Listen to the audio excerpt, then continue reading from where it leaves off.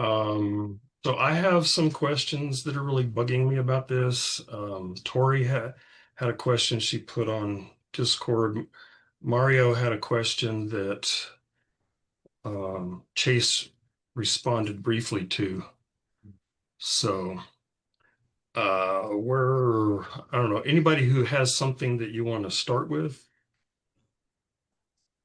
I didn't know what your where your question was in this set of readings, so I didn't want to jump if you had something in the early No, part. you have as much right as me or anybody Oh, to initiate a starting point. okay. Well, um, on in the Pluhar translation on page 146, it would be uh like at the bottom half of the of that page on page 146, B 124. Um, he's hmm, he's talking about the concept of cause cannot arise in that way at all. Rather, either must have its basis completely a priori in the understanding, or must be given up entirely as a mere um, chimera. I know I'm mispronouncing that. Although appearances do provide us with cases from which we can obtain a rule whereby something usually happens, they can never provide us with a rule whereby the result is necessary. Is this the idea that we can't universalize cause and effect, especially effect, because by definition we can't know the future? So he's talking about limits on how we can predict about future events, no matter how many times there's a relationship of two things in the past. Well, I would say that it's just about like deriving necessary um truth from appearance, like from a sequence of appearances, in whatever way they correlate. Be that for prediction of event. That's a lot of that's already kind of like that's um you know, in basically any sense, in any way that you could try to derive like a and yeah, I agree. Nevitt is pointing. He's responding to Hume, which actually no, you would probably be able to. I mean, but I feel like it's the guillotine thing, right? Well, Well, Hume said that Yeah. if you observe, if you so if you want to be an empiricist and you want to base everything you know based purely on what you can experience, you never experience the supposed forces and powers in the universe that we attribute to which we attribute cause and effect. All you see is events constantly conjoined. So you see one thing happen, and then you see another thing happen, and then you see that again, you see that again.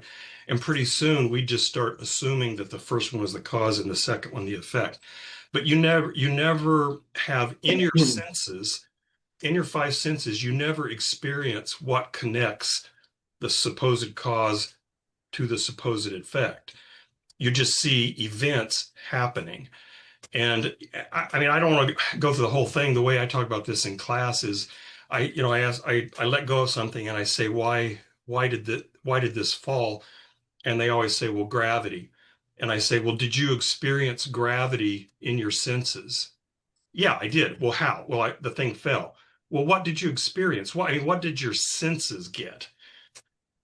Me letting go, the thing dropping. Where's gravity in that? Or I'll ask them um, are you directly experiencing gravity in your senses right now? Well, yes, of course I am. I'm just like, well, how? Well, I'm not floating. I feel pressure in my butt. And what I say is, yeah, exactly. You feel pressure. You're stuck to the floor. When you throw something up, it comes back down. What you're experiencing, that's what you're experiencing with your senses is pressure in your butt, stuck to the floor, things falling. You never have, you don't have direct experience of gravity. And then they usually say, okay, fine. Okay, fine. That's true. But we know that these things are effects of gravity. But I say, as soon as you say that, you've made an inference beyond your experience. You're looking at things that you can directly experience, and you're inferring that there must be something that connects the cause to the effect. But you have exactly zero direct sensory access to whatever, what Hume calls the secret powers of the universe. Gravity, electricity, momentum, all those things you learn about in physics. You have experience of the effects of those forces, but never the forces. And then to emphasize that, I go through this whole story about the history of why things fall from Aristotle's, Earth at the center of the universe, earthy things want to be with the Earth, Newton, gravitation, gravitational fields. And then Einstein says, no, it's this warping of space. And what I say is, if we had direct sensory access to these causal powers, Aristotle should have been able to tell us what it was. If you literally, I mean, if your five senses give you direct access to the things that we suppose generate causes, then Aristotle should have been able to go, yep, there's that gravity stuff, or yep, there's that warping in space-time, but they don't. And so that's my way of just supporting Hume's claim that all you experience directly are one thing happening after another. So for example, you let go, it falls, you let go, it falls, you let go, it falls. Or one of Hume's favorite examples is the billiard ball rolls down the table. What do you experience? Collision, loud noise, ball rolling. What do you experience the second time? Ball rolling, collision, loud noise, ball rolling. You experience it 100 times, and all you get every single time is exactly the same thing in your senses. Constant conjunction. You never, ever have empirical sensory access to impulse, momentum transfer, any of that stuff. And so Hume's conclusion from that is essentially, I think what he's representing here is you can make probabilistic claims based on that. You can make inductive claims. Yeah, like I think Joey or someone said induction versus deduction. You can use induction and you can say, I've seen this happen so many times that I'm just going to infer that it's going to continue to happen in the future. And that's okay, but the problem with that is, how do you prove necessarily that that's going to happen? The only way to prove that necessarily is going to happen is to use induction to prove induction. So in other words, I have seen when things constantly conjoined, that they continue to be so in the future. And so based on seeing a whole bunch of instances of constant conjunction, I'm going to infer that induction is reasonable.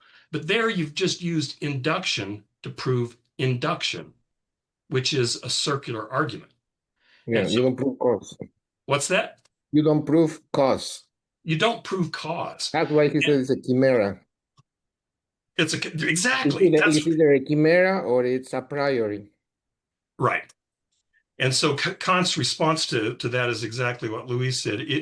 So then therefore cause is either a chimera, which is either a direct or indirect reference to Hume, or it must be, there must be some transcendental a priori ground for cause that is already in place in the way we experience the world, but that does not come through empirical experience itself.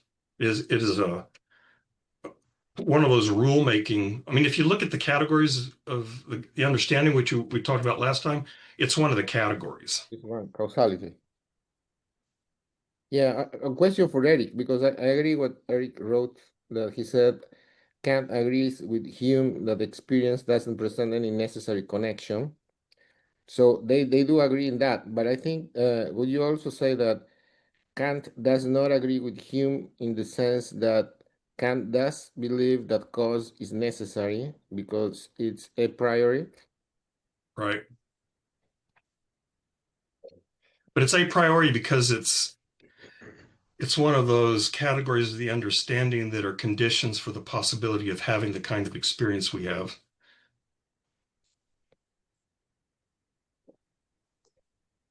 Which I don't know. I say those words because, people who've been reading Kant for a long time, they say those words. That doesn't. So please ask questions.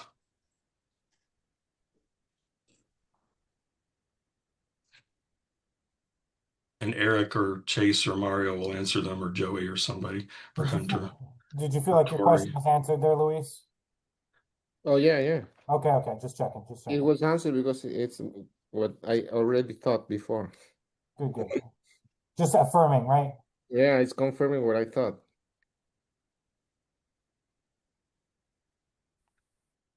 Yeah.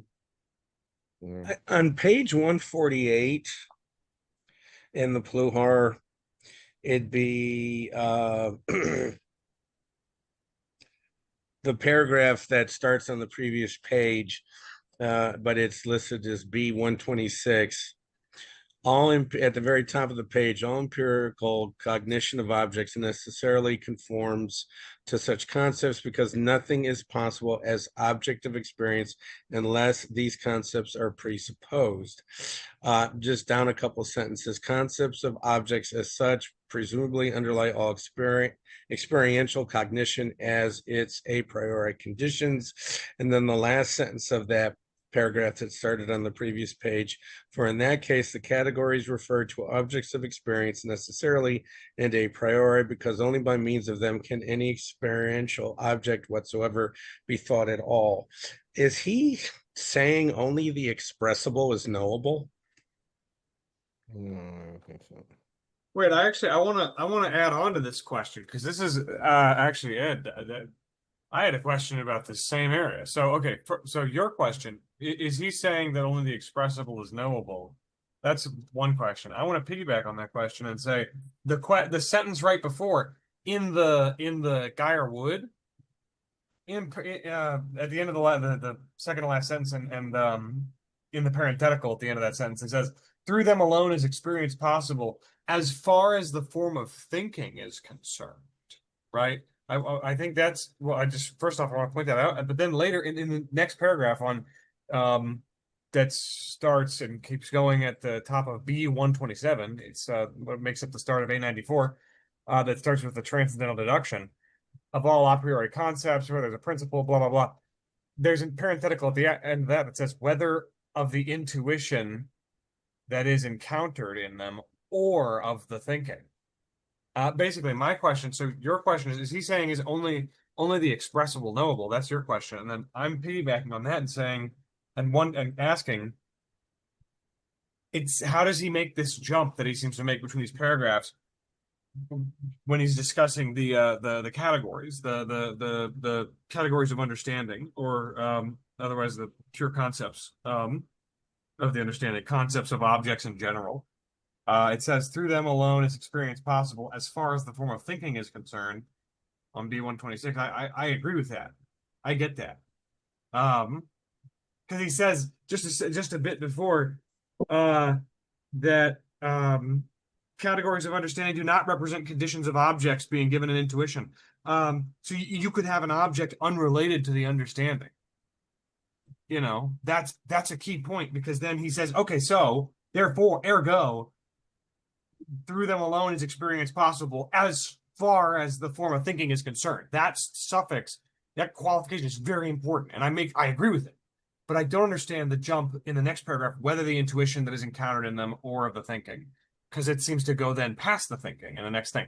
So Ed's question and mine, I think, on this same area. This is a confusing little area in the reading.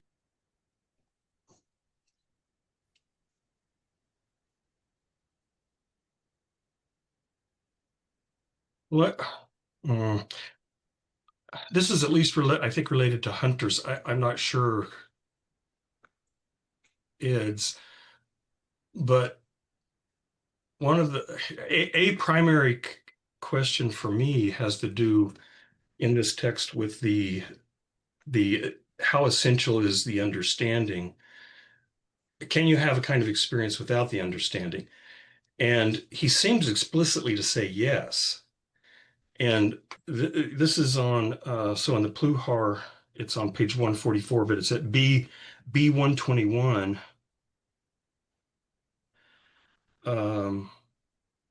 Wait, no, sorry.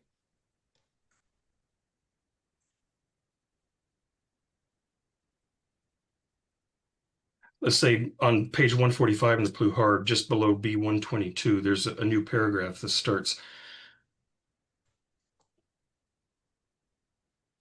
The categories of understanding, on the other hand, in contrast to space and time, do not at all present to us the conditions under which objects are given an intuition.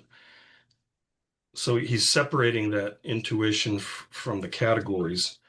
Therefore, objects can indeed appear to us without having to refer necessarily to the functions of the understanding, and hence without the understandings containing a priori conditions of these objects. And then thus we have a difficulty that we did not encounter in the realm of sensibility, namely how subjective conditions of thought could have objective validity. That is, how could they yield conditions for the possibility of all cognitions of objects? And again, this sentence, for appearances can indeed be given in intuition without the functions of the understanding. So he says and I asked Welchman one time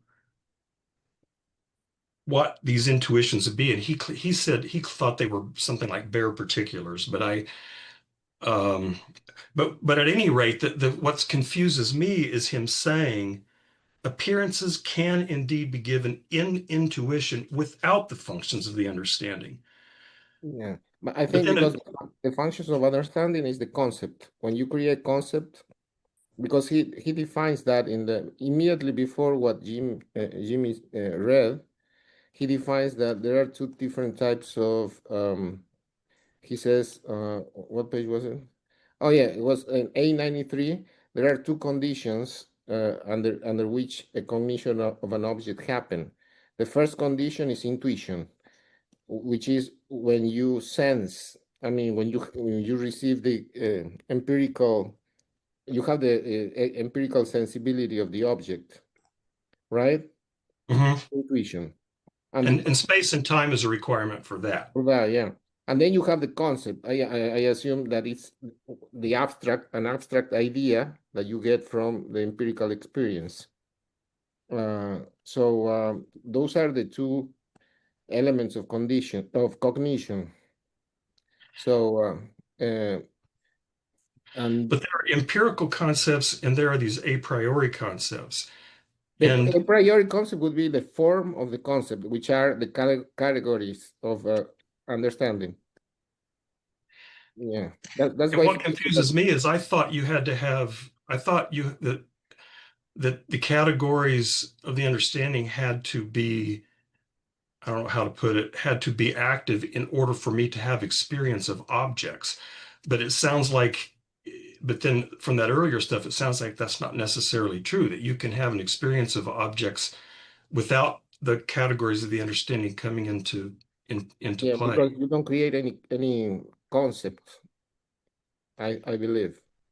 Well, what you're referring to, Nevitt, I mean, it in and of itself that makes sense, but going back to page 148, that's what was making it confusing to me, because he says, at the top again, well, about halfway through the first unfull paragraph on 148, hence Yeah. presumably the objective validity of the categories as a priori concepts rests on the fact that through them alone, I don't know what the German is, but through them alone is experience possible. I mean, that's So sorry again. In what part was that? it's in the Pluhar translation. Hence, presumably. Okay. Yeah, and it's on page 148, B 126, right above A94.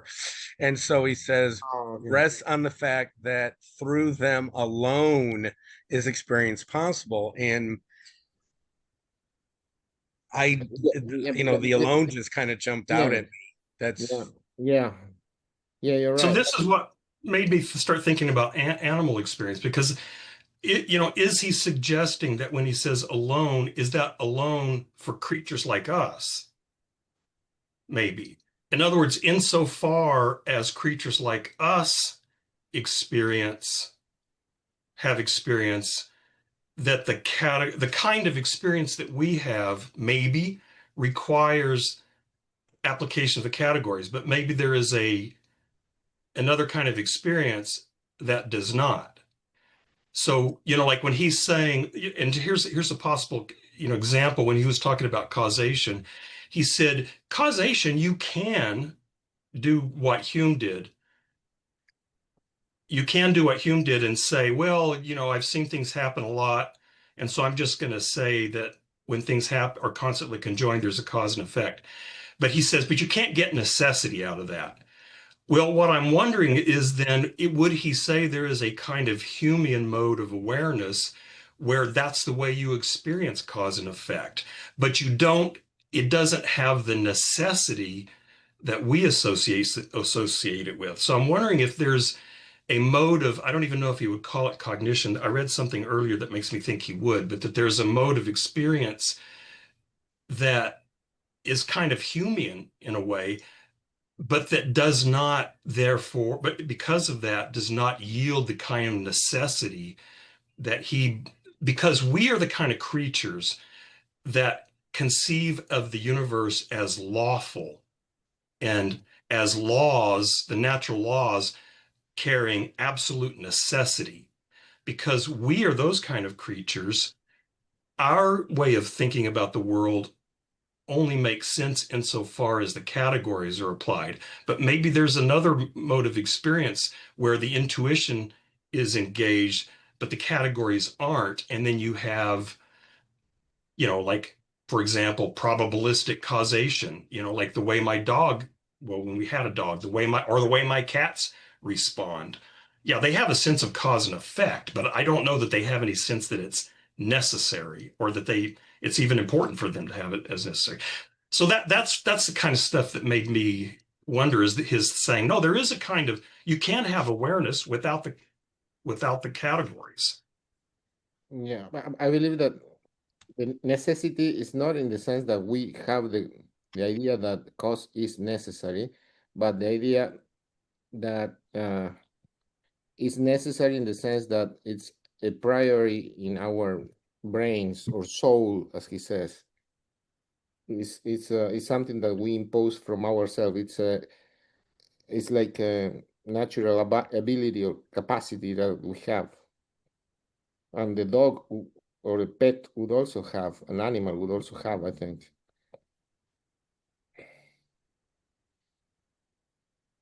That's my opinion.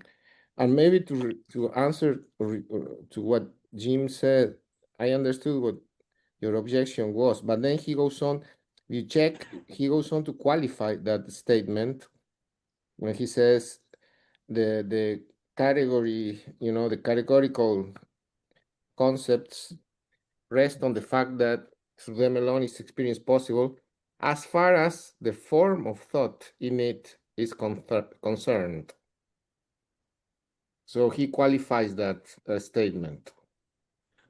Okay. Yeah, and that would mean that you still can have intuition without concept, I believe. I don't know, that would be an answer. I mean, because you're right, I also underlined that statement and I had problem with that, but Okay. Thank you very much. yeah, well, I'm not an expert, but So here's another quotation. This is right at B128, page 149 on the okay. Pluhar, B128. This is when he's talking about Hume and Locke and Hume, and that they understood empirical concepts, but they didn't understand this, these a priori categories.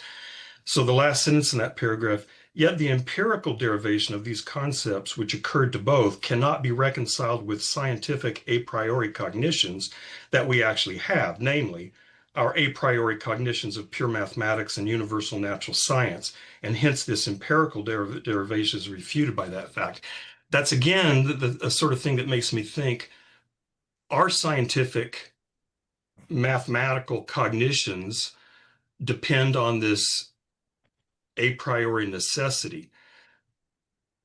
But I'm not, I mean, there are places where he does, like that one that Ed read, where he does seem to say the categories do have to be engaged in order to have any kind of experience. I'm just not so sure anymore. And is it any kind of experience for us, but not necessarily any kind of experience, Mm, simpliciter. yeah. Yeah, because pure mathematics is not experiential. No, but cats don't do pure mathematics, Yeah, and they don't have a universal natural science either. yeah. So just to be clear, Kant is not doing cognitive science, right? He's not giving us a theory of consciousness as such, right? What kind of understanding must we have if we're going to claim that Newton's laws of physics are universal and operate with necessity?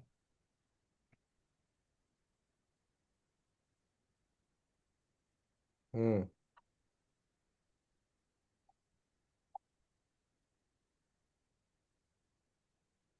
So, I mean, he's investigating how we can possibly claim that, right? So the kind of consciousness and self-consciousness and understanding and operations of reason that he's trying to prove that, operating as grounds for these claims, right? He's laying these out as a justification for scientific claims about the lawfulness of nature. He's not really giving us a theory of consciousness as such, but our capacity to know. It's Yeah. more epistemological than psychological. But isn't it also about like the possibility of experience? Like, Yeah. what are the preconditions, or what are the conditions for the possibility of this experience? And I guess, one thing I think I miss frequently is, for Kant, the role of knowledge and judgment in experience itself. Like last time I emphasized something you said before, that judgment is implicit in experience, whether you make a cognitive judge, an explicit judgment or not. So I probably fall into a trap there where I separate things that are not separable, but at least, insofar as I thought the categories were necessary simply to have experience of the kind that I have. But these comments he's making makes me wonder whether he's saying there could be a kind of experience that is different from the experience I have, that does not require the categories. Well, I mean, he would already mention intellectual intuition. I'm not sure that needs categories either. So I'm wondering if he's talking about a kind of empirical experience, though, that does not require the categories. right. So, the experience that's under investigation here is the experience which the empiricists were basing their epistemology on. If all knowledge comes from experience, that's what he's talking about. It's not, consciousness as such, although we're going to talk about consciousness, but more to the point, self-consciousness. Because this is one of the innovations. Self-consciousness as such is necessary for the kind of understanding that we have, which allows us to make the claims of nature about nature that we do. But we haven't got to that self-consciousness part yet.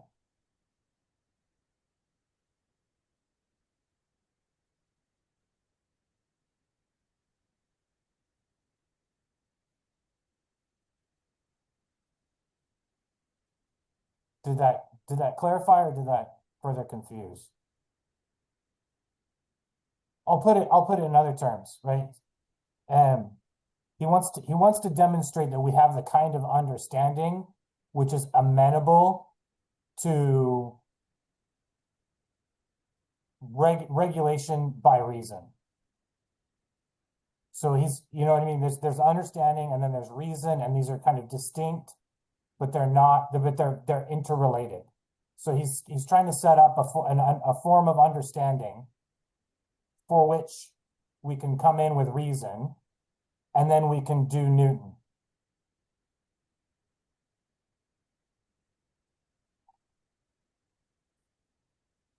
Yeah, and I don't want to harp on this too much. And part of it, I'm looking at that paper that I dropped the link in, but um, this person, just thinking of modes of empirical cognition that would not require the understanding, what might that be?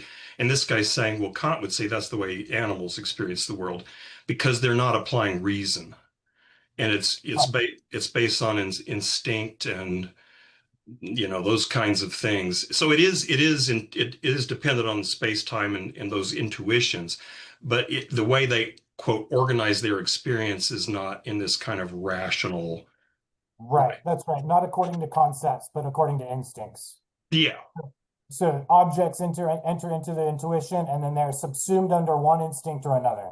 yeah, Right? So that's as close. I mean, that's kind of the understanding, but it's not the human understanding. It's a different, yeah. you know what I mean? And I think, yeah, I think yeah. Whereas we have a different kind of understanding, which reason, I mean, we're distinct from the animals because we have reason. So our understanding is a human understanding, which plays with reason. That makes sense to me. Chase is shaking his head. He doesn't like self-consciousness. I know that. I mean, self-conscious is okay, I guess. Yeah, I'll just say I disagree with Kant here. But yeah, I was also confused by what he wrote about that intuition sensation alone can give you experience, and that the concepts and the understanding are not necessary for some kind of experience, because I thought his whole argument was that that was exactly the case, that you need both to make any experience possible. Yeah. So I was confused by that, but I guess it kind of, yeah, you But could say, so what is he doing? He's we have starting to from this fact of, synthetic a yeah. priori knowledge like mathematics or the laws of science, and then saying, what does that presuppose? And then he brings in these faculties of, sensibility, intuition, and concepts in the understanding. But then you get this kind of fully formed picture of the rational human adult subject. And then it's kind of like, okay, what about the intermediaries between that? Or how about the question of how did the understanding come about? How is any of this generated? Or did humans exist forever, eternally, with the same static faculties? What about the continuity between humans and animals? None of that seems to be, seems very difficult to have any sort of explanation that can account for something like evolution. Continuity between some kind of animal cognition, which, I mean, I guess they don't have an understanding, they don't have an I think or whatever, but they can still have experience. I don't know, it's also anthropocentric, but in a way that's that seems to not accord with facts of evolution and even like childhood development, I think I mean, yeah, so that's basically why I'm shaking my head. I'm not, yeah, again, he's not giving us cognitive science. So like asking the question, where does reason come from? Like a genetic question would be well outside the scope of the critique of pure reason. Eric, I appreciate what you've been saying, but what you wrote in the chat at 733, objects can be given to intuition, but for them to be cognized, thought, experienced, we need the categories. That still seems to be going back to what I brought up from that page, where we can't fully experience something unless we're doing something more than experiencing it. We have to categorize it. We have to put it in a category. Right. And that's why I said, is what he was saying is he asserting that only the expressible is knowable? Because that sounds like that in what you wrote in the chat. I'm not saying that's what you meant. I'm just saying it. That's how it comes across to me. Yeah, I'm still not sure what's meant by the question, you know, expressible, knowable. But Well, that was a position in linguistics by Benjamin Whorf and Edward Sapir. And so that's where I got the phrase from, because it seems like if we, I'm going to do it in a barefoot way. If we can't put something into words, right, then we really haven't fully understood it or experienced it. Yes, you're talking about the linguistic turn. Eric last week said something that Kant is far from our current sensibility regarding language and the linguistic turn in the humanities and philosophy. He was talking about something that, I mean, according to the linguistic turn, we can only know the world through language. And for Kant, we can only know the world through the categories of understanding and the pure forms of sensibility. So they are different things, I think. right. And then how would you all define categories of understanding? Well, Or how does Kant define categories of understanding? it's the I think he's trying to do that now. Yeah. That's the table of the 12 that we saw earlier last week. Yeah. That these are basic to any object as object. Okay. So he's going to be spending a lot of time in fleshing that out. Yeah. I feel like maybe a little bit more next week. He'll talk about the table of categories, but after that, we're moving on to the synthetic unity of perception, and we're starting to put all these elements together. And they're the concepts that are deployed for recognizing an object as an object, any object, imaginary, actual. If it's an object, it must be thought through the categories. Oh, just another. You said must. You're saying he's saying must. Must, yes. Okay, I just wanted to be clear. You're saying Kant is saying must. Okay. If it's an object, it must be thought through the categories. It cannot be thought by circumventing the categories. Okay. I have a question. So, the categories that are used to say give us experience of objects, I mean, I think he gets more into this later, but so there's 12 of them, but not all 12 are used simultaneously, right? Some of them are kind of in opposition to each other. At least I think. Yeah, that's right. You can make an affirmative judgment, you can make a negative judgment, but you're not going to, you can talk about a limit, which talks about affirmative and negative at the same time, but that's a different thing, right? You're not going to be deploying all 12 concepts on one object every time.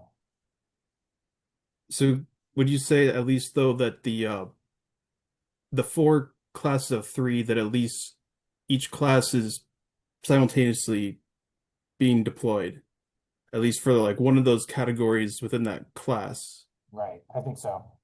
Okay, that makes more sense. Okay. I was going to give another note as far as development. I know there's no genesis of reason as such, but there's a lot to work with here if we're interested in development.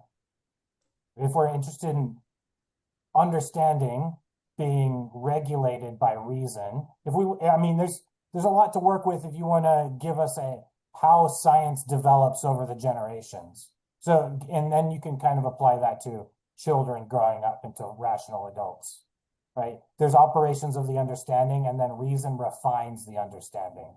So that's part of what Kant is doing here, is giving us an epistemological account of an understanding that can overcome its own limitations through the use of reason.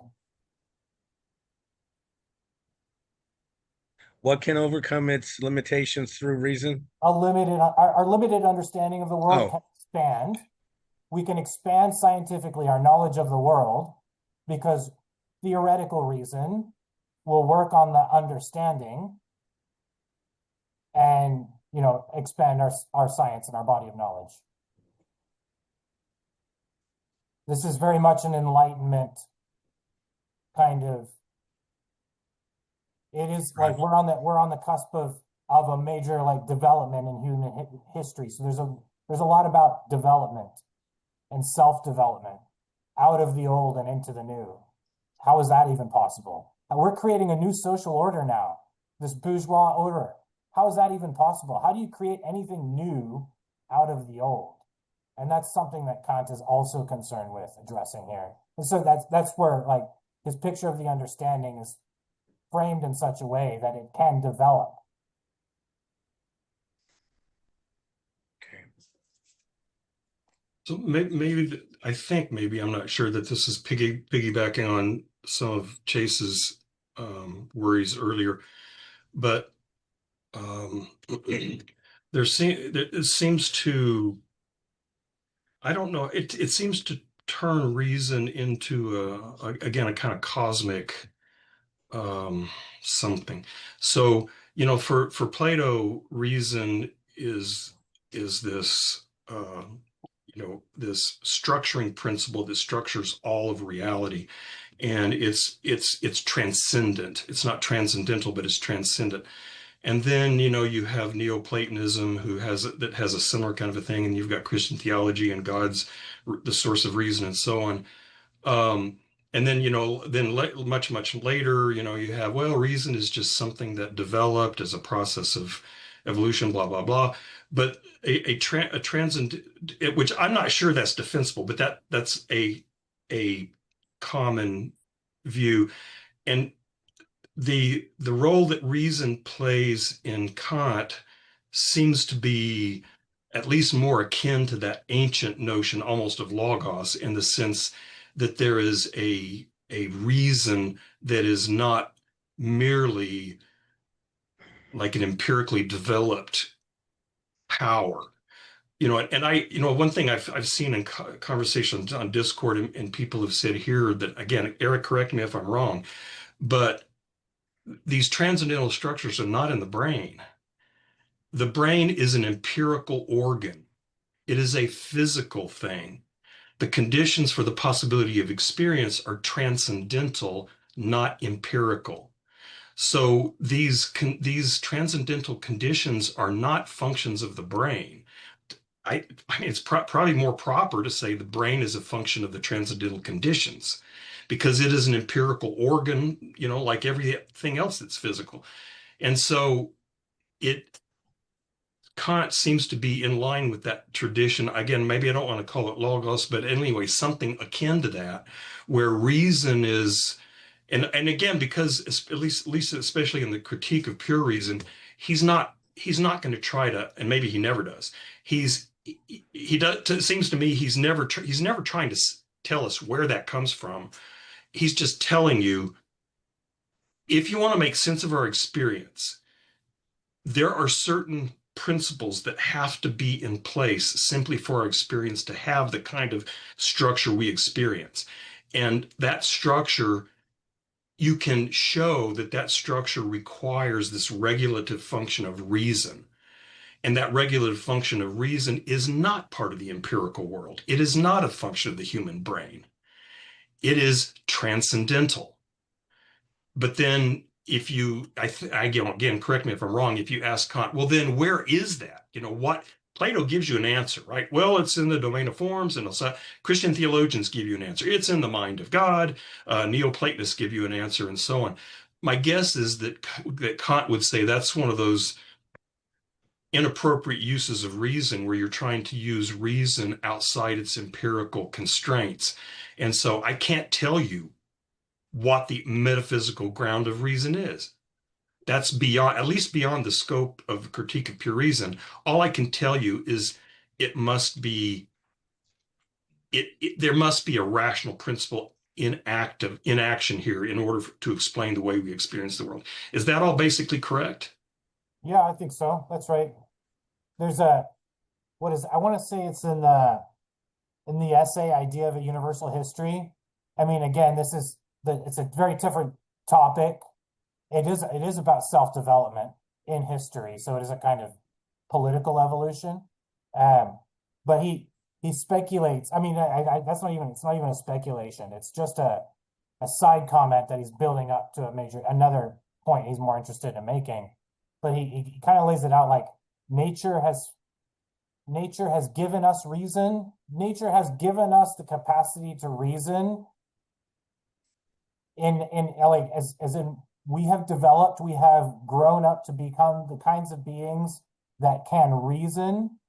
And that reason is the same kind of reason that governs nature, right? So like the law of non-contradiction seems to govern our thought, and it seems to govern the external world. But how that, like where it comes from, the genesis of reason as such, how it got into our heads, he kind of indicates it's a natural thing. It's a natural, thankfully, nature gave us reason, not like Ophelia, or, other creatures, right? From Kant's perspective, nature gave us reason, not all the rest. This is why we can have a Newton who, again, makes claims about the physical lawfulness of nature, right? There's reason out there, there's reason in here. But exactly how that came to be. Oh yeah, the starry heavens above and the moral law within. There's a kind of, is it hylomorphism or symmetry or, something there, but to explain that would go beyond our capacity, I think.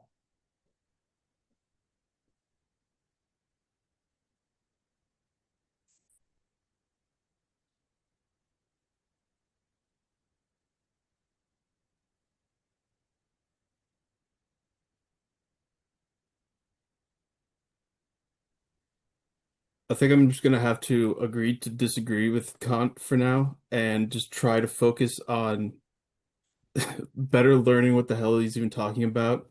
So I'm gonna try to do that.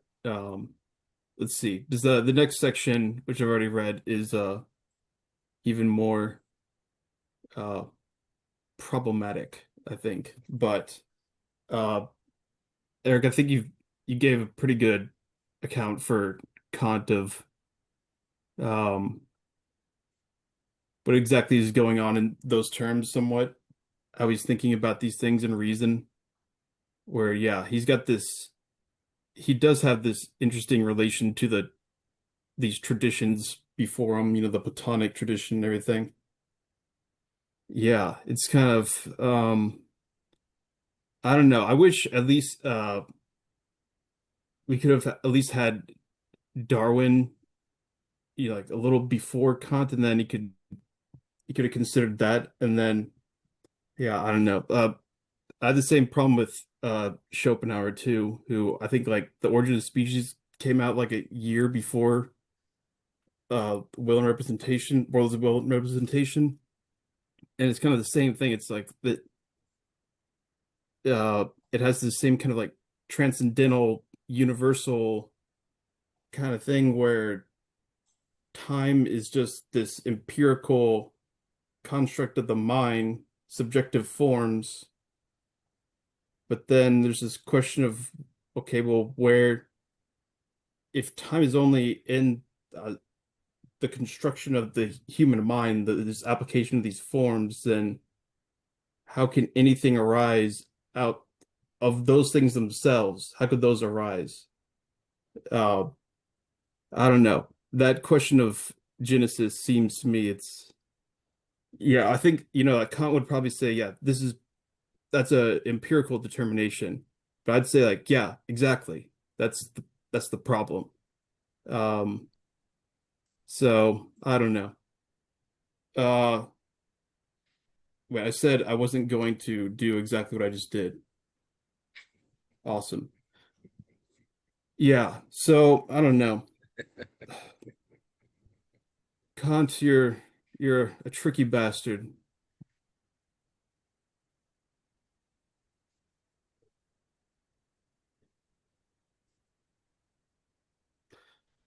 Um, I don't know. Eric, do you want to respond to that, or should I just try to manufacture something so that I not a mean, complete non sequitur? I had something, and then honestly, it just kind of like melted away. Say that again. Sorry, well, say it again. What you just said, and I'll give you a response. I got distracted with also what I was typing in the chat. So Oh, about the very last part, kind of. Okay, so I think, okay, at least in terms of the problem of Genesis, and okay, so I think Kant is still kind of operating within this line of thinking that is, uh, you can compare to Plato, I think, fairly, in saying that he's talking about, these a priori conditions which are universal, necessary, and every rational being has them.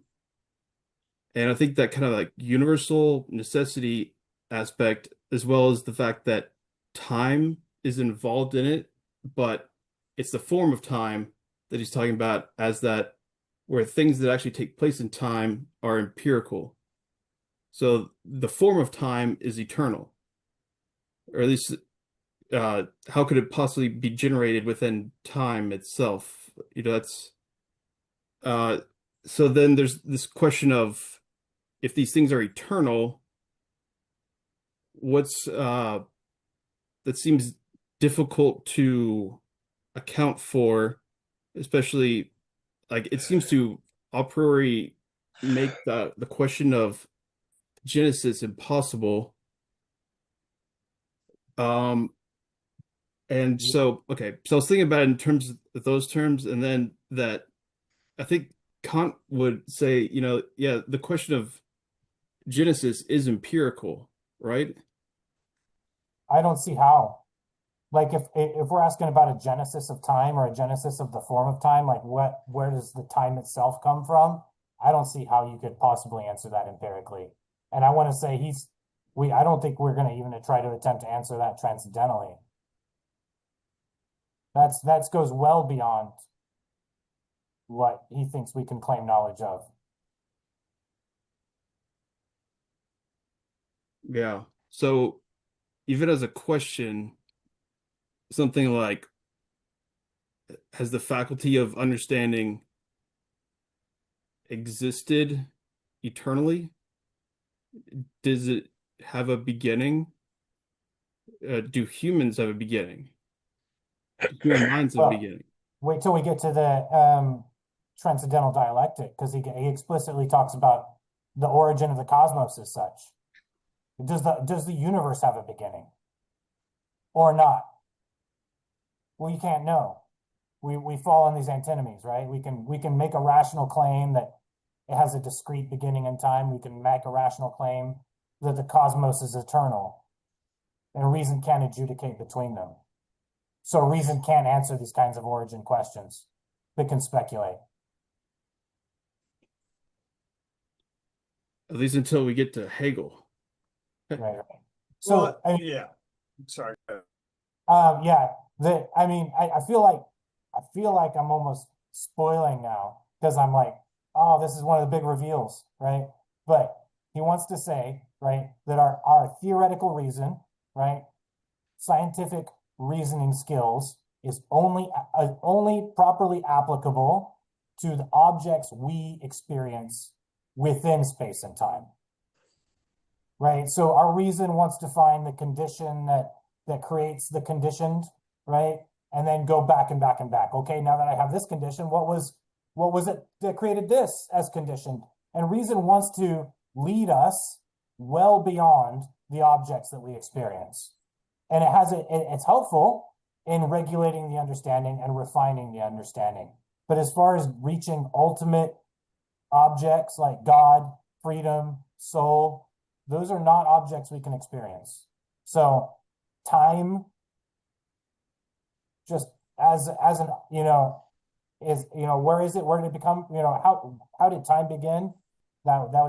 In this case, time is not an object that you experience within time.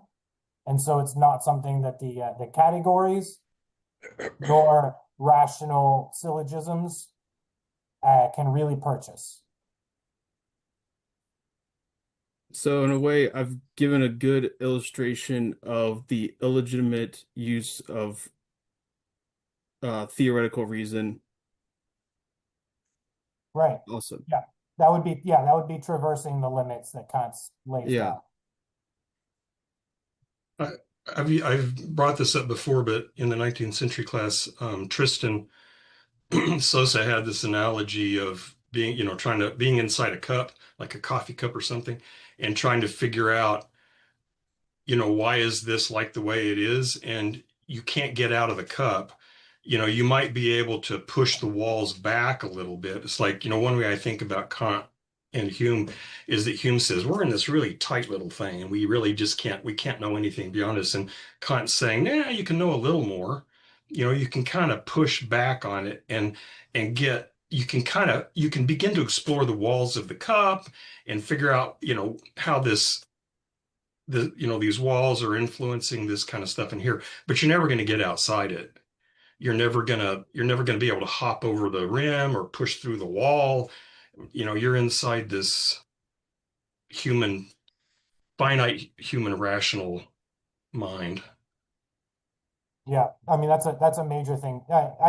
You said it earlier, Chase. Kant's philosophy is very anthropocentric. At the time he's writing, that's scandalous. You know what I mean? Again, the paradigm of perennial philosophy and assuming the position subspecie aeternitatis, to see the world as through God's eyes, and that's the ultimate standard for truth. And anything falling short of that just ain't good enough. Try again. He's like, nah, that's not possible. We are only limited human beings. So it is a shift from I think Allison uses the language, a theocentric paradigm of epistemology to an anthropocentric paradigm of epistemology. I think right. Well, Hegel tries to talk about it in a sense, like kind of the shift by describing like the ray, like a ray of sunlight refracting through water, as like the absolute, as God's light, in this like semi metaphorical sense. But it's like there's a certain approach that would say that the phenomenon of the refraction can be mathematically reduced to a particular figure for the particular example in front of the eyes of the subject, and then can be subtracted from the final picture. And then upon that subtraction, you can find like the truth, but without get rid of our subjective input. Scrub away our corruption of the scene and achieve a true view of things above the scene itself. And how that was basically kind of destroyed. And in the wake of Kant, this question of like, what's the absolute? Like that's a new question, or at least it's a question that's being confronted in a new way, and causes disagreements. And a thing like between Schelling and him And Schelling is somebody who would say, when we were talking about these things that are in, we were talking recently about the transcendental deduction and these elements of like experience that are necessary. But we might say that we don't know, like in response to Chase, like when do they start? He provides this idea of like the eternal past, the eternal past of the thing, such that this is where people started talking like always already there, stuff like that, as people started saying that over and over because it's I feel like people in the circle, they kind of the trends will pick up, they'll start a phrase and it'll kind of infect other writings of people around them for a while. And I think Schelling was big on that, was trying to figure out this eternally past feature of, I guess trying to answer this question, in a way, try to defy Kant's warning that we're talking about and figure out answers to these questions. Chase, like what's that spirit? Like what's a better way to handle the question that Fichte tries to answer by reference to the spirit? When Fichte talks about, well, where does this whole chain of summoning and arising kind of stop or start? Oh, well, it was some sort of spirit, some sort of intervening spirit. I think people wanted a more satisfactory answer to that, which is understandable, but I think Kant was pretty explicit, like, yeah, don't, that's a goose egg, as they say.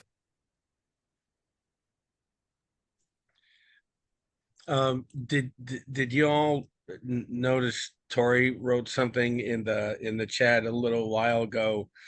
But I thought it was a point that needed to be addressed, but I don't feel competent to do it. Do you know what I'm talking about? She was saying do you want to, I mean, I wrote it down because that's the only way I was going to keep it in my mind, Tori, but did you want to? Yeah, I mean, I posted it because I will also forget what my train of thought if I don't write it out somewhere. So, I have this concern about the argument for the existence of the categories being circular. Several people have already responded to me and why that's not the case, but I don't feel particularly assuaged. The categories are derived from the forms of judgment, by Kant's considering how these forms structure our experience of objects. So in this derivation, he shows that experience requires a synthesis of the manifold and the unity of apperception. But if synthesis ultimately depends on the categories, does Kant risk assuming what he wants to prove, that being that the categories already exist? I'm just not seeing how the categories are necessary for experience, rather than he's just assuming that they already exist, and introducing them through the forms of judgment. Does that make sense?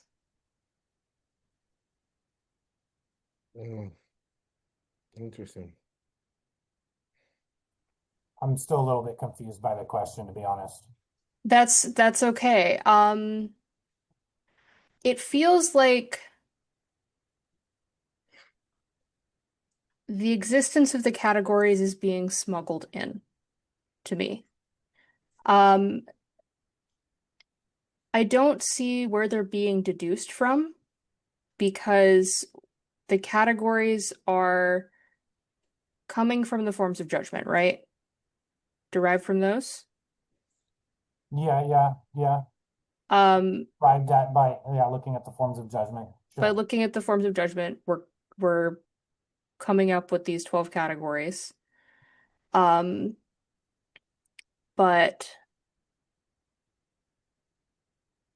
it feels like in order to arrive at the forms of judgment, we already need the categories in place.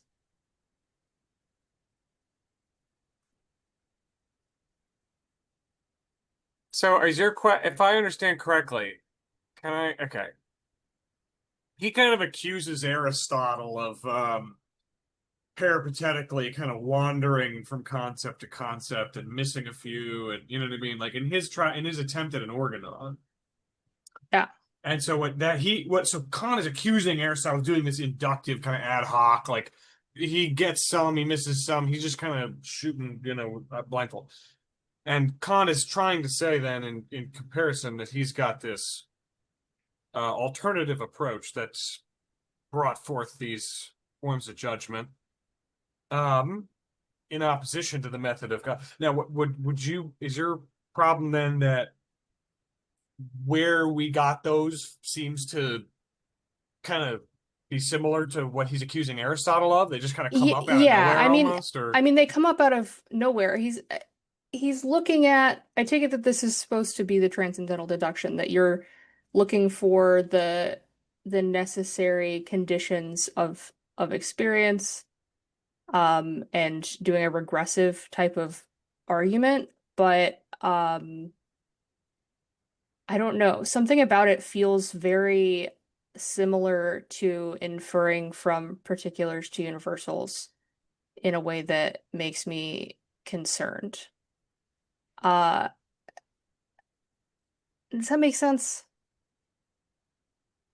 I mean- Yeah. Go ahead. I think I definitely get the sense that something like that is occurring. I think one way to at least explain it to myself, that I'll attempt to explain to y'all now, is the way that okay, so he's reasoning, or yeah, so reasoning from certain facts about knowledge and experience. These are the givens, which then is asking what are the necessary presuppositions for that.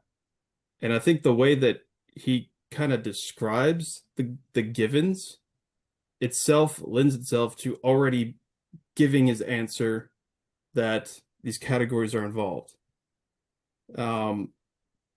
That's at least the way that he describes experience as being, subject, object, things like that, he's basically using the categories already and just giving the description of these given, and then saying, well, look, we need these categories to be able to understand these things.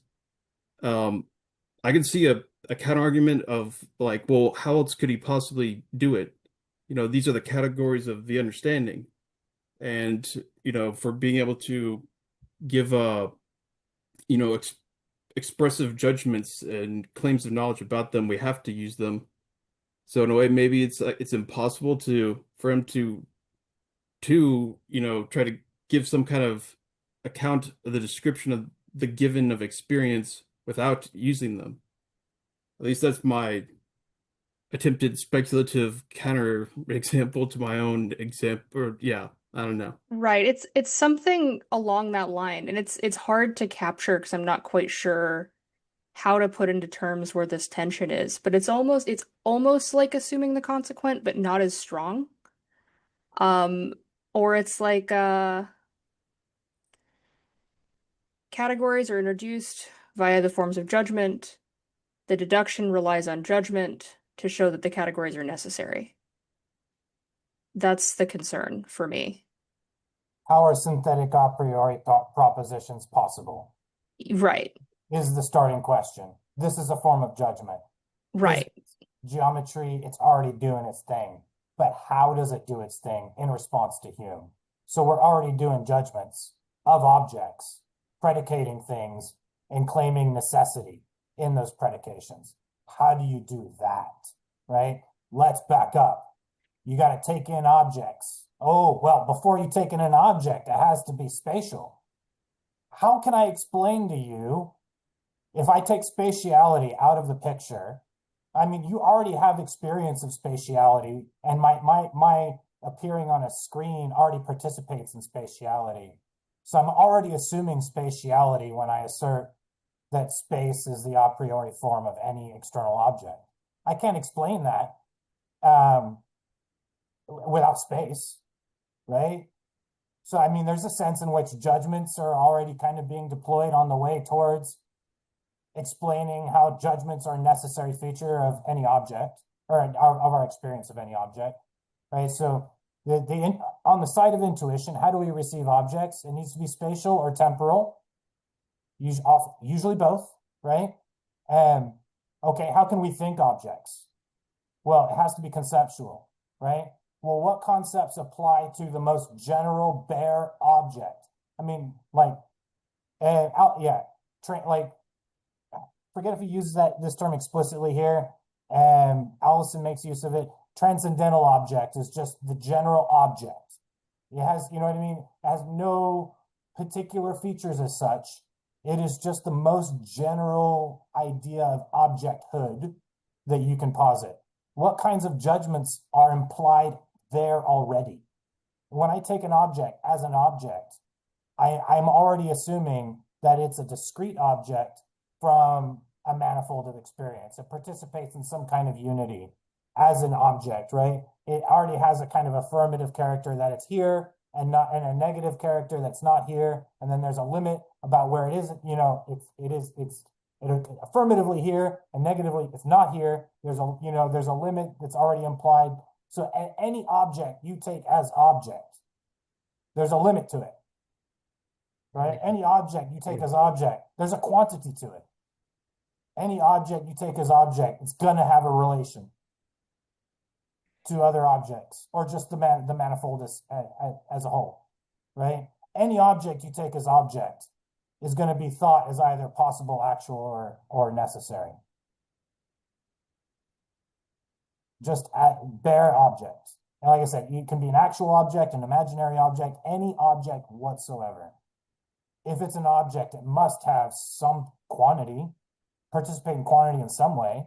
It must participate in quality in some way.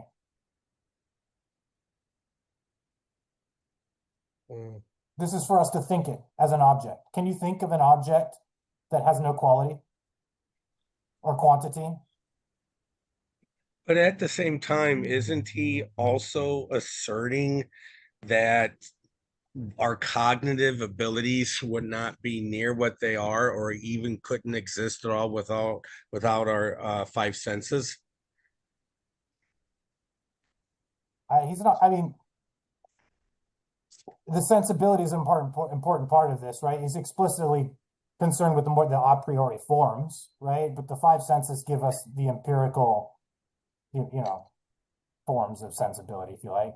But what I mean, I was trying to tie into what you were saying, and I thought Tori was saying too, which was there does seem to be some kind of relationship, no matter how abstract in our reasoning, to the world we're experiencing. Oh yeah. Intuition plays a part, right? Intuition plays a necessary part. Well, it's on page 152 in the Pluhar book. It's the second full paragraph on page 152, A97. If each singular presentation were entirely foreign to, isolated from, as it were, every other presentation and separated from it, then there would never, again, he's using a word, never arise anything like cognition. For cognition is a whole consisting of compared and connected presentations.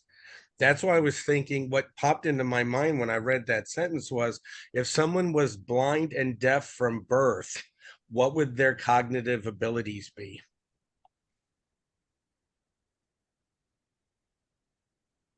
Right, because he says never, he says then there would never arise anything like cognition, for cognition is a whole consisting of compared and connected presentations. And compared, it's like what you're saying, right, Eric? Well, an object has to have finite space, right? We have, in the sense of spatial considerations, but then also connected, right? So if someone, let's say, was, I don't know, even blind and deaf, their experience has a coherence and unity to it. They're not just experiencing, I mean, whatever it is they're experiencing, through whatever senses they have, and even their internal experience. Like their experience in time has a connectedness to it, right? It's not just like weird shit happening, weird shit happening, weird shit happening, weird shit happening. I mean, there's a connectedness to that temporal experience, and whatever experience, whatever kind of experience they have, there is a unity to it, and they experience as, this is my experience. And so it seems to me whatever kind of senses you have, internal or external, it's a manifold in the sense that it's a bunch of theoretically independent pieces. You could theoretically say there's this temporal event and this temporal event and there's this temporal event. You could say there's this feeling over here and this feeling over there and that feeling over there and that taste over here. So at least you could say, that in the abstract, there's this manifold of stuff, but we don't experience, like I'm not sure that maybe this isn't fair to Hume, but when Hume says, I experience what does he say? Bundle of perceptions. And I think, I imagine Kant going, I don't experience just a bundle of perceptions. I experience a unified experience. I am having an experience, not just a bunch of shit happening. I'm having an experience that has a temporal and whatever senses I have, tactile, whatever, coherence and structure to it. And that's, that if you have, so, maybe you can get into that kind of, maybe some of you guys, you drug users out there, you know who I'm talking to. Maybe you can break this, and maybe you can experience kind of disjointed, fragmented, kind of disunified experience. I don't know, but I think Kant would say, well, okay, but that's not what we call normal experience. I mean, Get back in your isolation tank, Nevin. I mean, that might also, I mean, it might be something like how infants experience the world, not as a kind of unified whole, not as discrete objects, just a manifold of sensory information that doesn't make much sense. They don't quite form objects until they start getting, concepts for these things. Right. It's just this sort of bare sensuous certainty of a kind. It's just this kind of, you know what I mean? Like that's as much that's the most you can kind of count on to be there at that point in a theoretical if we're going to assume that there's this, path for the consciousness to follow. And which I think he even says, but Kant in this he's like, we could talk about like the ascension of consciousness through its various phases, but he's like Locke has already kind of written a bit about that, and I don't think he's necessarily like he did a great job on that. He might be. I mean, he seems to have a relatively positive view of like Locke. He respects Locke.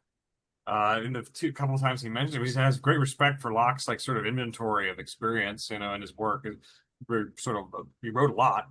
He was very influential, but so yeah, I feel like he's kind of leaving that. He's like, that's people like Locke write about that stuff. This is, and in fact, even at another point, I feel we give him a little bit of a break, right? Because there's one part where he's like, now, hey, remind the reader, there's going to be some obscurity here in this upcoming part where we start talking about just chill, sit on it, sit, you know what I mean? Sit on it, put some ice on it.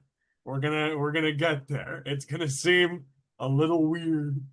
And that was actually when he's talking about the like when he finally get this threefold synthesis in all cognition. That's the part where it starts getting really crazy.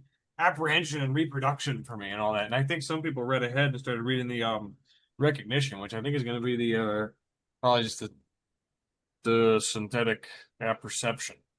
Is going to be a big part of the next week's reading, probably. But I think that'll all at least add like some, I think, just further context and thus believability to the claim that this is a rigorous inventory of the possible tools of experience of an experiencing subject, of a self-conscious subject. Whereas I think,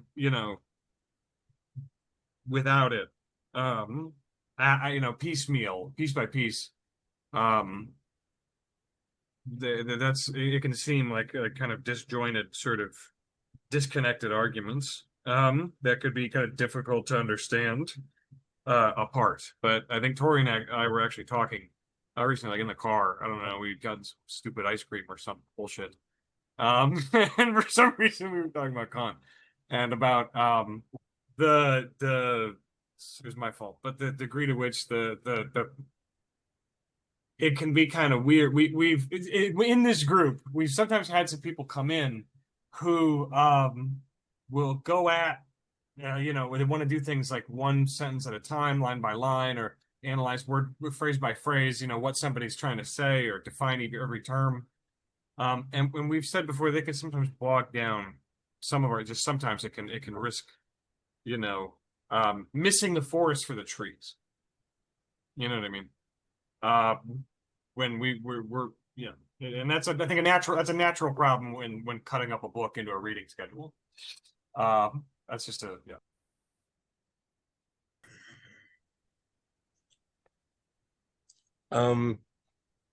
At the very end of this day's reading, again on Pluhar on page 154, it's on the synthesis of reproduction and imagination. I thought that first full paragraph, I really can't read any part of it that would make sense, but the whole kind of gestalt sense of it I got was that Kant was saying that what really aids our ability to understand the world is recurring phenomenon, or phenomenon that we interpret as recurring, repeating, and that is a huge help to human understanding. Is that anyway close to what you think he was saying in that paragraph? If not, tell me what he was saying. I'm open to it. I believe that what he was saying in that paragraph is close to what Eric was saying, that it's related to actually, to follow up on what Nevitt said that for Hume, we experience the world as a bundle of perceptions, right? But Kant talks about the manifold. And that manifold becomes one by spontaneously with this apprehension. So the manifold of sensorial experience caught by intuition becomes the objects of our apprehension. That's what he says. He seems to say there in 899, because he says every intuition contains a manifold. Yet this manifold, that would be the bundle of perception. I was going to ask Nevitt about that, right? Yet this manifold would not be presented as such if the mind did not, in the sequence of impressions following one another distinguished time. Yeah, I don't know what Kant would say actually about that's the way I was thinking of what you said. Yeah, you said that it's different from what Hume said, but well, what I meant was that Hume says all we have is a bundle of perceptions. That's it. And I imagine then Kant saying, no, we don't. We have a very well structured. We don't, or to put it the way you were putting it, it's almost as if Hume was saying we just have a manifold of sensation, and Kant saying no, yeah, we have a very structured kind of experience. Yeah, but also Hume talks about association, I think, right? Similar to what Freud would talk later about association of ideas or something. He says, well, we this bundle of perception, we can associate it or something. But I think the difference is, and it's been too long since I've read Locke, but based on what Kant says about Locke and Hume, I think what the way Hume seems to think is, so I'll make people happy and use my water bottle because this is what I was using in class.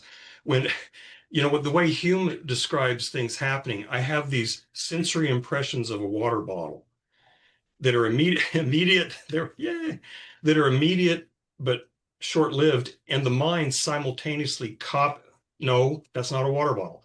The mind simultaneously. How do you know that? Okay. Hmm. The mind simultaneously copies these sensory impressions into a mental representation. Yeah. But I think what Kant would say is, when you say I'm having these impressions, those impressions are already structured. I mean, for one thing, they're appearing in space and time, and they have a structure. And then, furthermore, they it's a thing. You're not. So it's like, I think his critique of, I guess, Locke, but then Hume, is that they assume too much. That they assume that they're not really thinking about all that has to be in play in order for this thing to show up as an object in my experience. He talks as though, well, of course, this thing just shows up as an object, a black cylinder, blah, blah, blah. He's like, yeah, that's the way it shows up.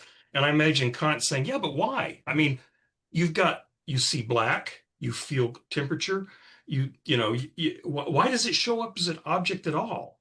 And then why does it show up as this particular kind of object, and so on? So I think he's giving them credit for, kind of introducing the problem, but I think he would say they didn't realize the can of worms they opened up when they did that. It's like, there's a whole lot going on here that you just didn't take into account. Right. There was something a little dogmatic about their empiricism. Right. At the beginning, Kant says, right, all knowledge begins in experience, but it doesn't necessarily arise from experience. You could even read him as tacitly saying Locke and Hume just took it as programmatic, right? All knowledge begins and arises in experience. And then Locke took that to beyond what's legitimate, and Hume caught the error and said, whoa, slow down. You can't claim that. If all knowledge begins and arises in experience, you can't make all those claims. And moreover, you can't make a bunch of other claims that we're accustomed to making. Isn't that strange, right?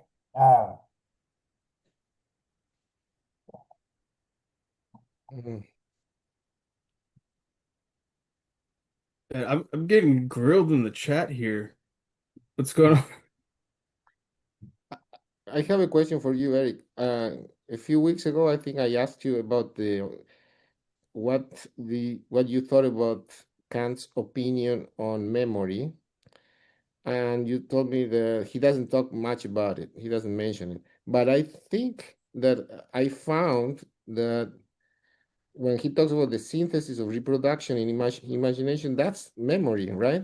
Right, that's right. It's more, yeah. I think I said he doesn't really mention it in memory as such. Yeah, it's very strange. Why doesn't he just use that word? Yeah, yeah.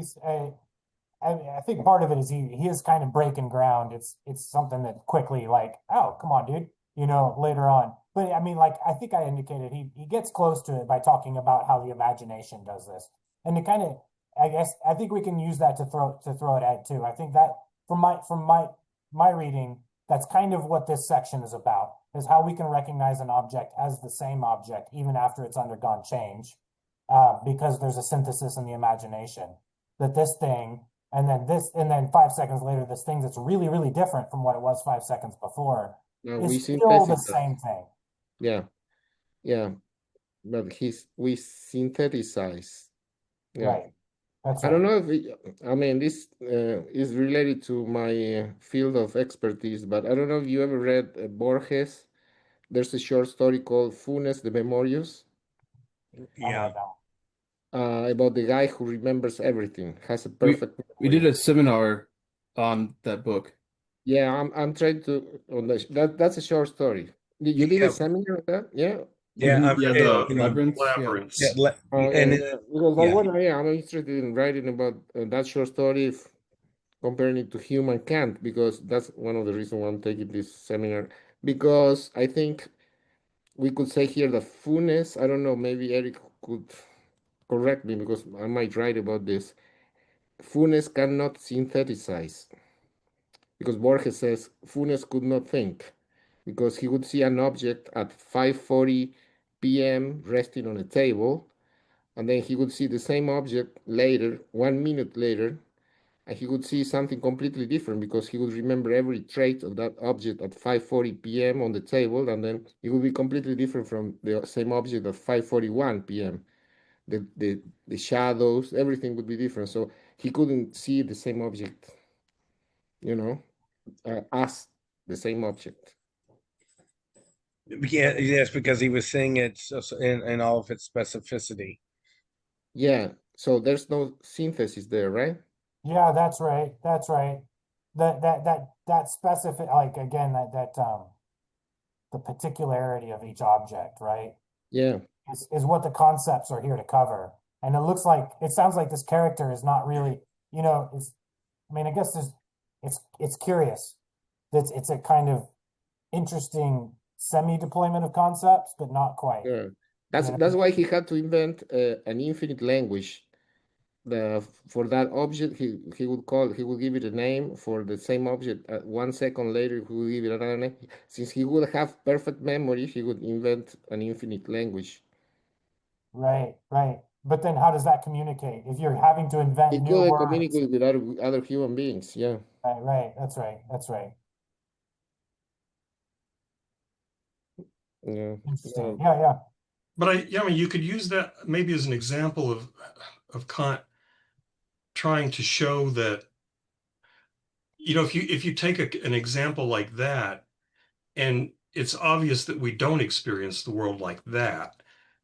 And so then you could say, well, why don't we? Well, because there's this other stuff going on, and so you can use, we love Borges, and I think you can think a lot of, he does these thought experiments, and and you could say, well, what would the world be like if, well, it would be like this. That's not the way I experience the world. Well, then what accounts for the way I experience the world? Well, there must be this other stuff going on. Yeah. Yeah. I think the reason why we experience the world the way we experience it is oblivion or forgetfulness.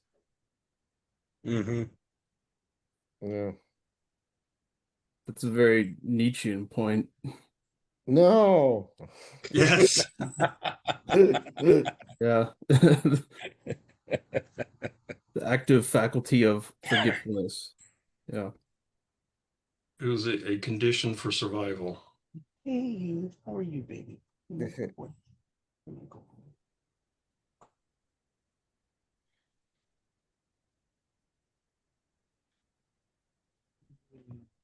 well, that was very interesting.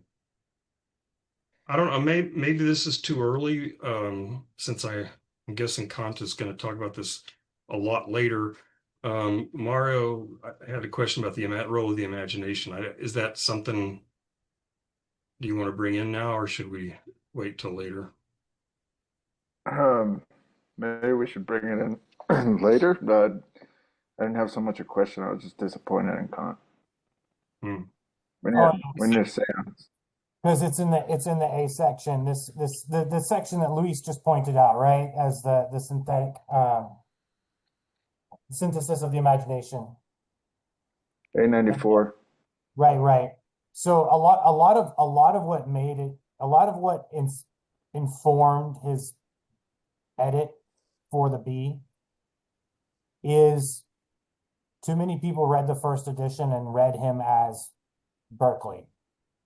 The mind, as if everything is created and projected by the mind, and we can doubt the existence of an external world. So I mean, this is just off the top of my head, but I think that he probably looked at that and this whole synthesis of the imagination and thought maybe this passage was responsible for people thinking, oh, Kant is saying that the real world doesn't exist and it's just a product of our imagination. Well, Heidegger talks about this as well, right? And he points to a missing out on the more profound existential, which he lays out in the second division, which is temporality. And that would be so in the 894, the the he outlines the three powers, and the second power is the synthesis of the manifold through imagination. But then later on, once he's revised it, I believe on page 152 of the Puhar, A97. Not sure if here he's already. Oh, maybe not. Maybe he hasn't made a revision yet.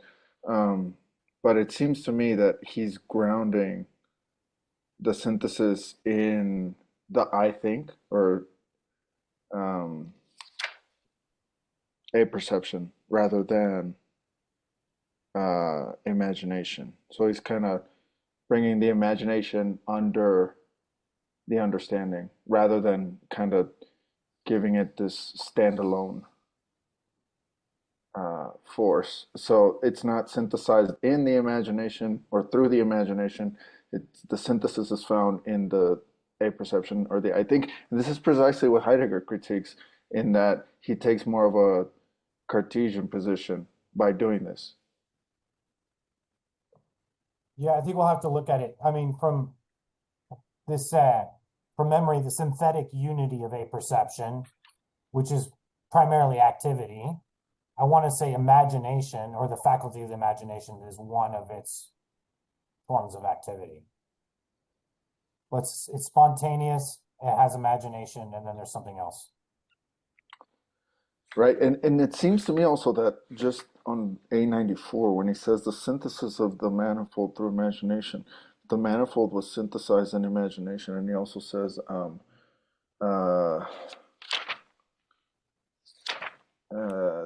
A97,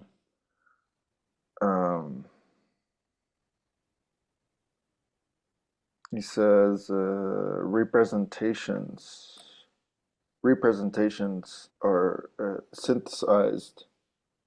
So representations would be the like objects of memory, right?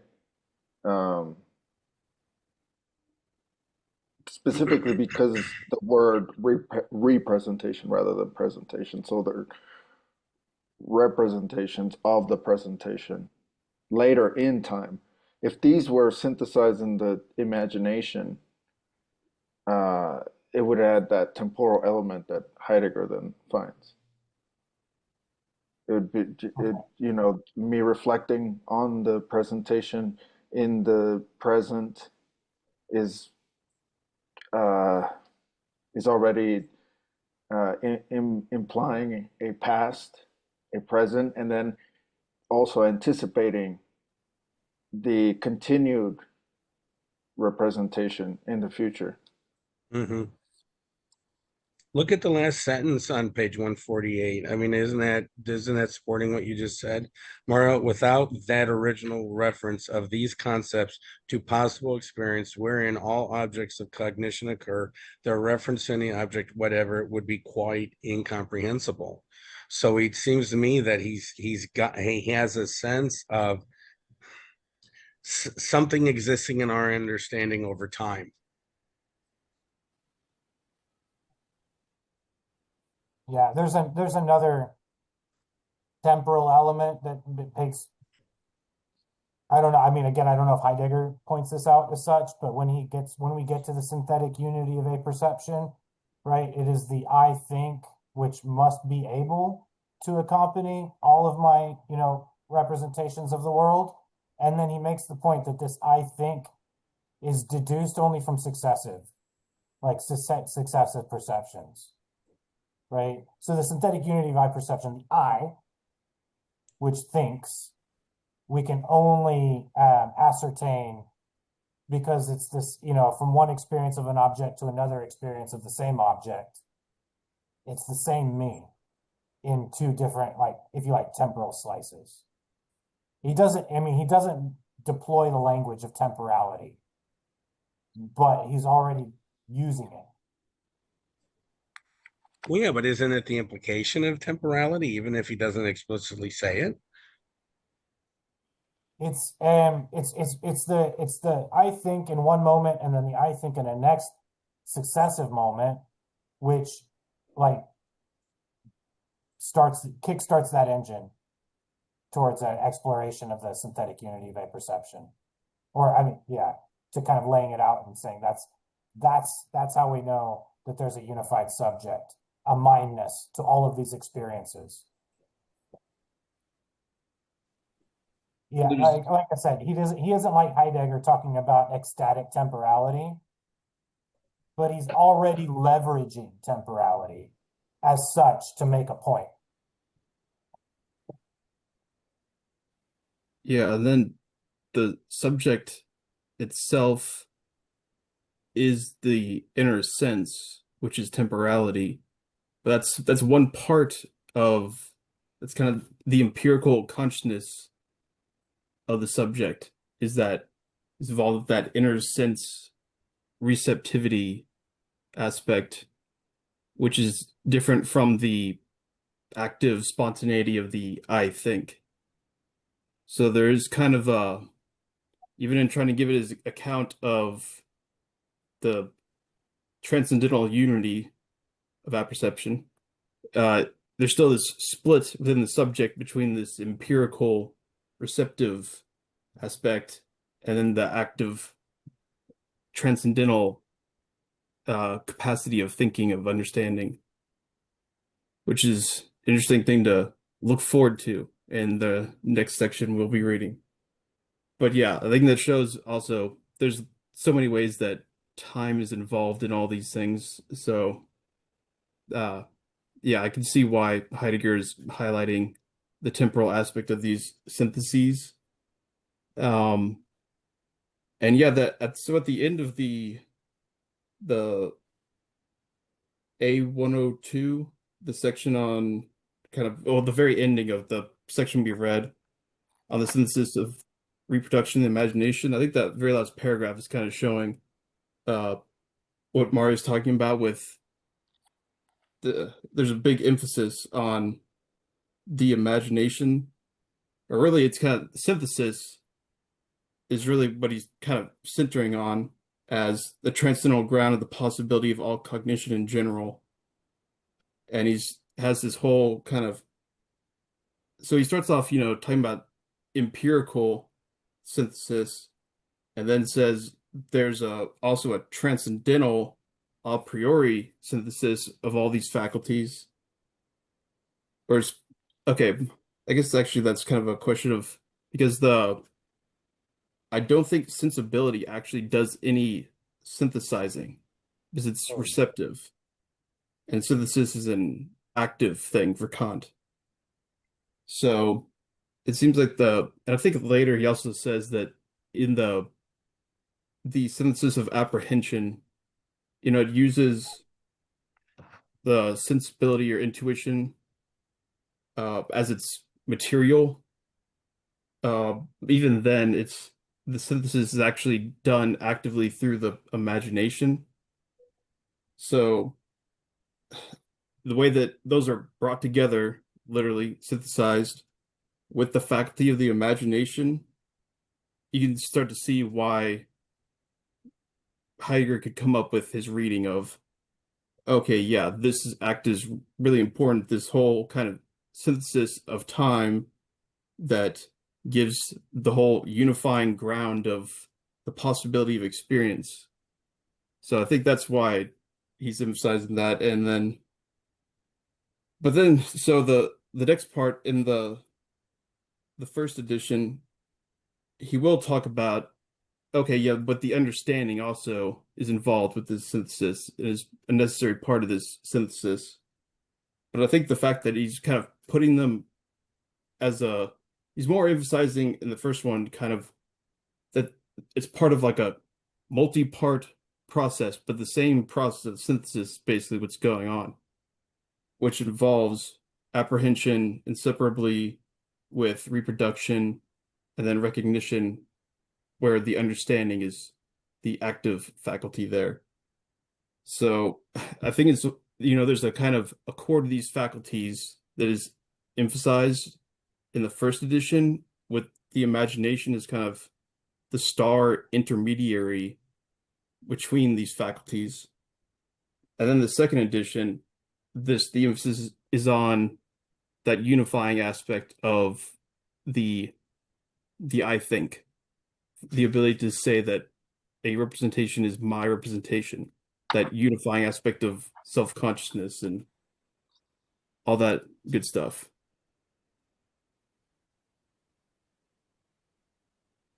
So yeah, good job, Heidegger and Kant, I guess.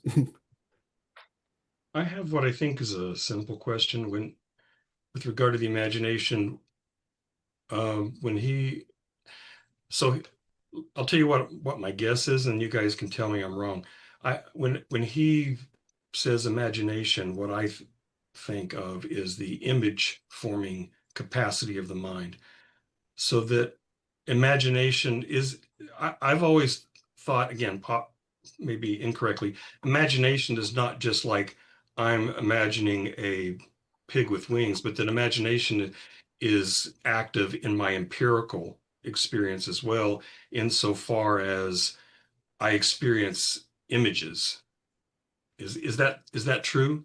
That imagination is, I mean, maybe it goes beyond that, but imagination is that to call it the image forming faculty of the mind or not? So I think he does say that. Although I think he does also the imagination also goes beyond that. So it does more than that, but the if I remember correctly, in a few sections later on, he'll say that sensibility isn't enough to form an image, that you need the synthesis of the imagination to form the image. So he connects the imagination with that image forming capacity. But then there's also, so that's, there's this empirical, I mean, all these syntheses and all these faculties have a kind of empirical aspect and then a transcendental aspect. So the imagination also is like that, where that image forming capacity would be normally that it's an empirical use. So I'm not sure exactly what the corresponding kind of transcendental aspect of that would be, just whatever grounds the possibility of the empirical one. But yeah, so I think the just short answer would be yes to your question. Okay. Any other comments, questions? Okay. Well, thank you again for a very helpful Just want to make discussion. sure nobody's sitting on questions and then they're going to put them on the Discord in 5 minutes. You can get out now. It's okay. Yeah. Okay. Well, we're going to be seeing each other for quite some time over this work, so Yeah. we'll have another crack at it. This feels like somebody's about to get married, and there's that classic "Speak now or forever hold your peace." Yeah. Yeah, I have so many questions about those last two parts, but I'm just taking his comment to heart where he said, I know you're going to have a whole lot of questions. That's okay. We'll talk about them later. Okay. Yeah, I think these the part where he starts talking about synthesis specifically, it really I think to get a real explanation of it, you have to read the rest of this section, but of course you can't read the whole book in one sitting, so but I don't maybe a good method for reading the rest of this. What is this a chapter? I don't need, or I have no idea what's part 2, division 1, book 1, chapter 2A. I don't know. Into the chapter, I guess. We'll go with that. Basically, we're going to finish something. It might be a good idea to kind of look over again this whole kind of section, starting with the synthesis of apprehension, to get a sense of what he's doing as a whole, as a unified thing. This unity is important for Kant. I know what we should have done. One summer when I wasn't in this group, but there was when I was at St. John's one summer, there was a group that read the Brothers Karamazov, and just over the course of the summer. And what the instructor made them do is read the entire book in 2 weeks, and then they spent the rest of the summer going back through it. So what we should have done is we should have read the entire Critique of Pure Reason in the first 2 weeks. And then we could have spent the rest of the time going back over it. Possible. Yeah, when we read the Spinoza's Ethics, I was basically continuously telling people like they have to do that. You have to read the whole thing first, and then go back and read it again, and then you can kind of try to analyze it. Maybe Yeah. the same way, but Probably everything is the same way. That was probably the optimal way of doing it. yeah, the one big difference is this book is quite a Fucking bit bigger huge. than the Ethics. Just oh, it's out of my reach. No, So- my version of the ethics is much smaller. Yeah. Yeah. Yeah, mine is small too. Okay, well, we'll see you guys next week. Thank you, guys. Thanks Okay. again. Thanks. Take Bye care. bye. Take care.